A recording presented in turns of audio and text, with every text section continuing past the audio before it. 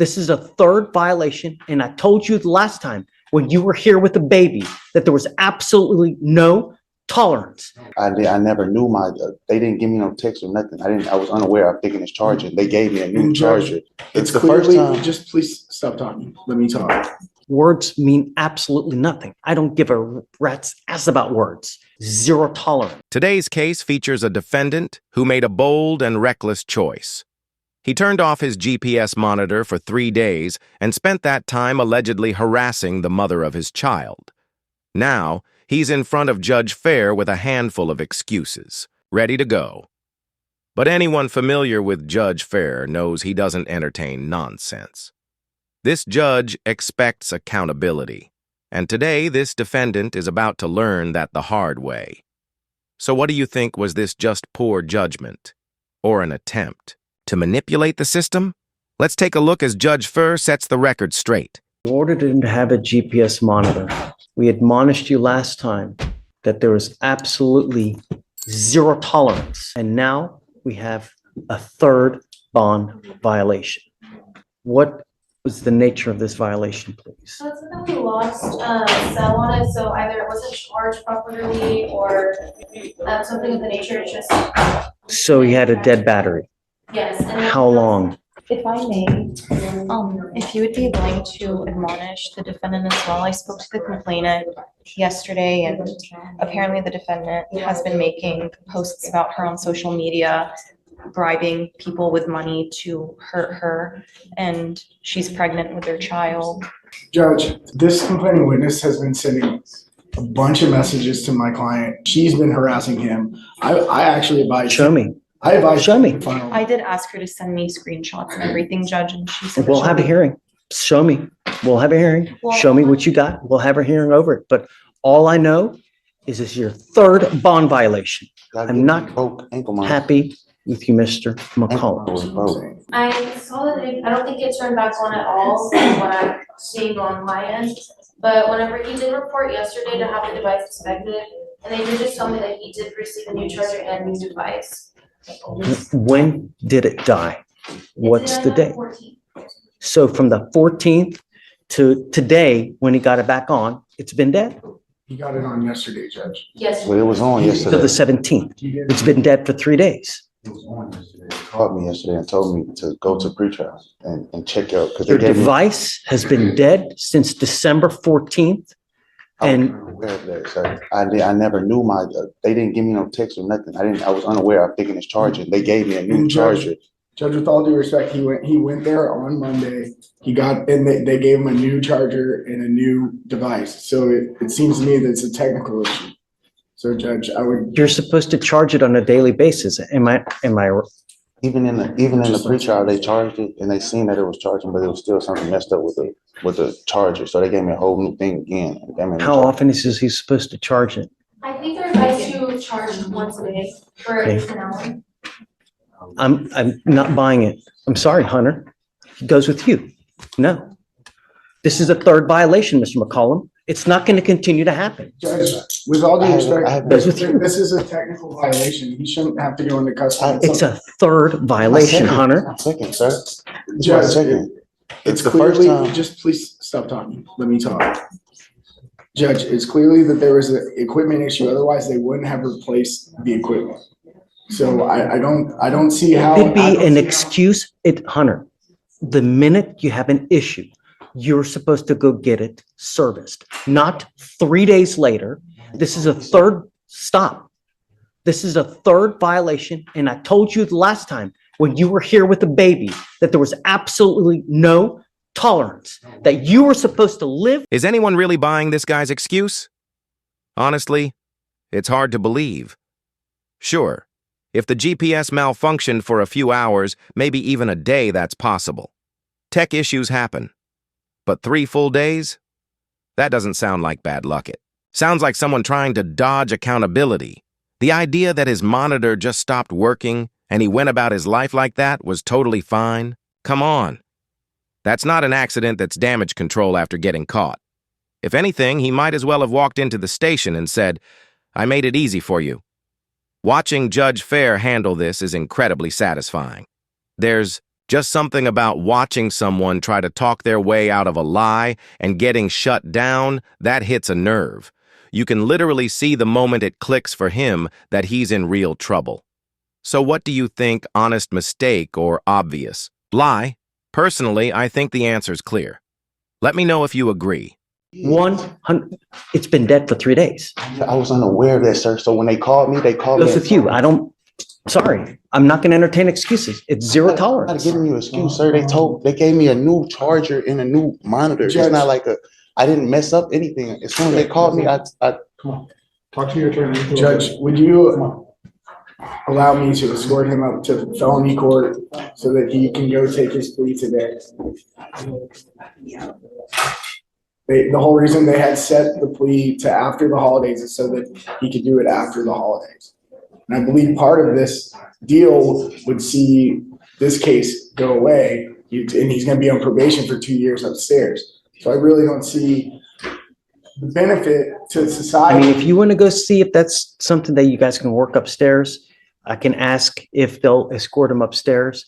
But I can't continue to play this game, Hunter. I understand, You know, Judge. I mean, really, we ask you over and over and over to comply. I'm not asking for much, I right? understand, And Judge. it's been dead for 3 days. You know it's been dead because you're supposed to charge it.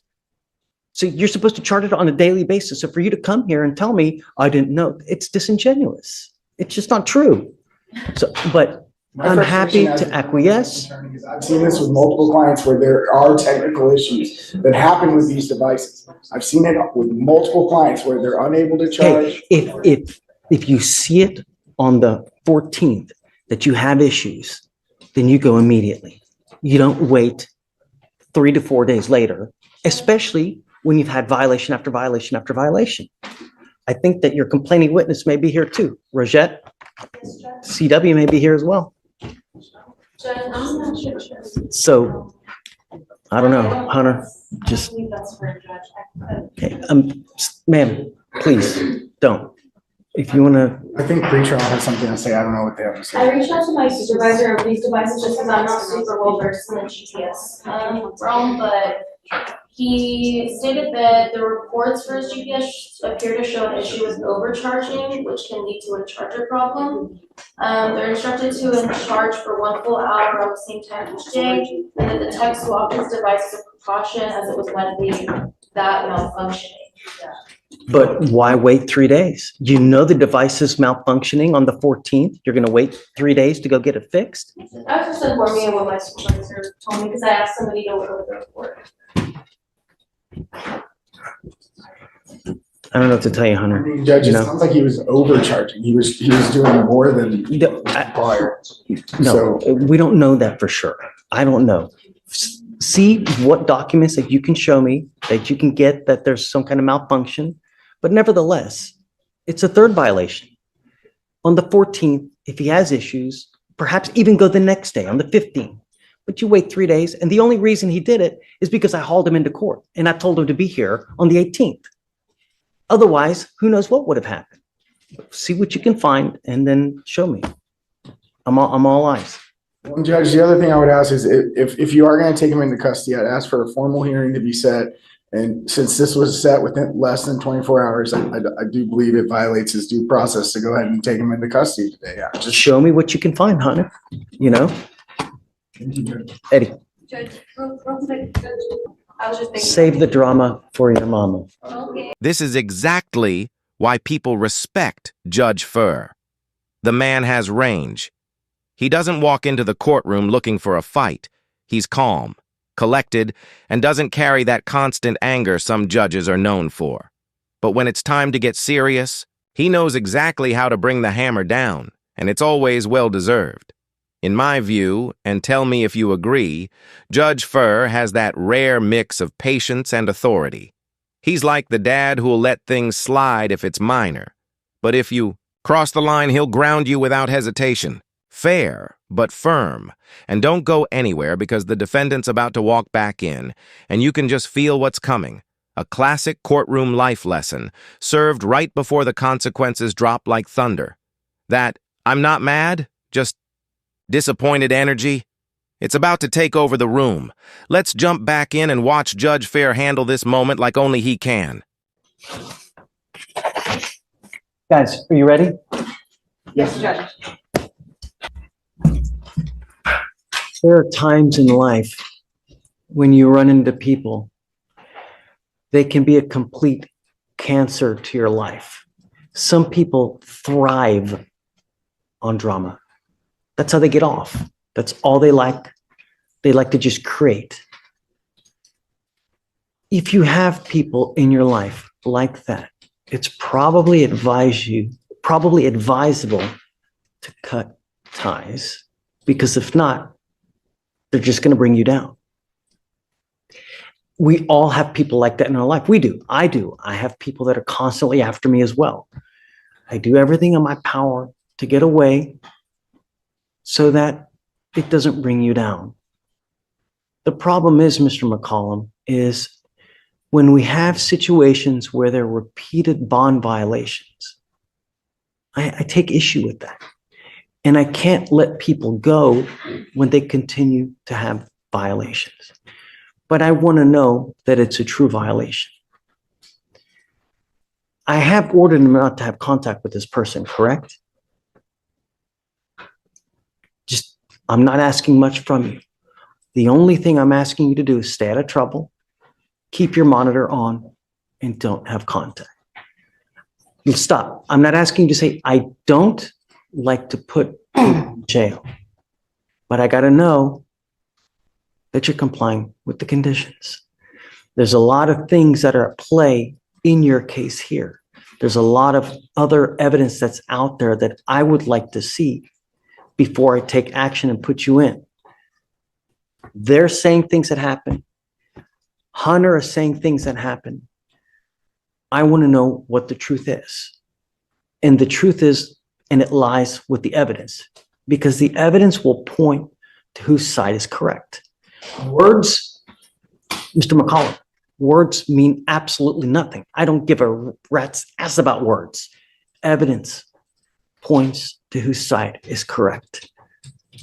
I am going to give you some time, not a lot, but I'm giving you to Friday to figure out what's going on, because I want to know. Most importantly, is it the machine that's messing up? Are you truly charging it? Number one. Number two, they're saying that there's been contact. I hope not. I want to know. I want to see it. Show me what you have. Likewise, show me what you have too.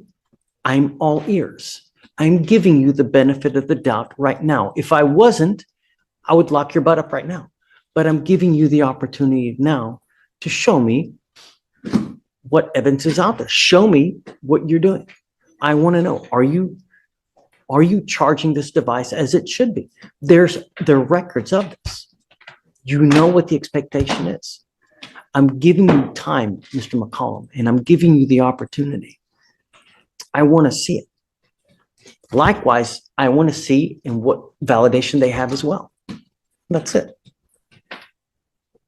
We will reconvene here Friday because I want to know what Hunter has. I want to know what they have. Is that enough time? Yes, Judge. Friday's fine. Do you have any questions?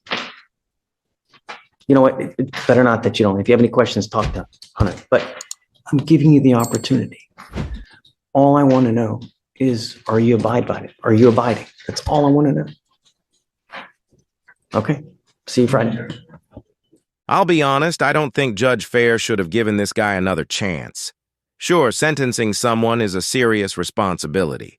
If the defendant is actually telling the truth, sending an innocent person to jail would be a terrible mistake. But let's not ignore the signs, and there are a lot of them.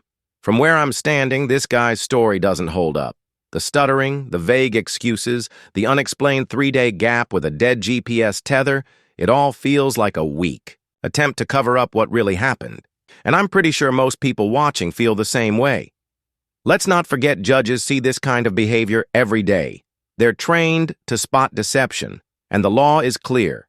If your GPS monitor stops working, you're required to report it immediately, not 3 days later. And certainly not only because you had to show up in court the next day. The only reason that Tether got charged again was because he was about to face a judge. That alone tells you a lot. Honestly, I won't be surprised if this defendant ends up right back in court, and if that happens, I doubt Judge Fair will be nearly as forgiving. Because here's the reality: once a judge thinks you're playing games with the system, it's over. They have broad discretion when it comes to sentencing, and if they feel you're lying or wasting time, they can and often will hand down a harsher penalty. So if this guy slips up again, I think it's safe to say, no more second chances. That's all for today. If you enjoyed this breakdown, be sure to like and subscribe for more content just like this. Let me know in the comments, was Judge Fair too lenient this time, or did he make the right call? I post daily, so stay tuned. And as always, thank you for watching. Take care, and I'll see you in the next one.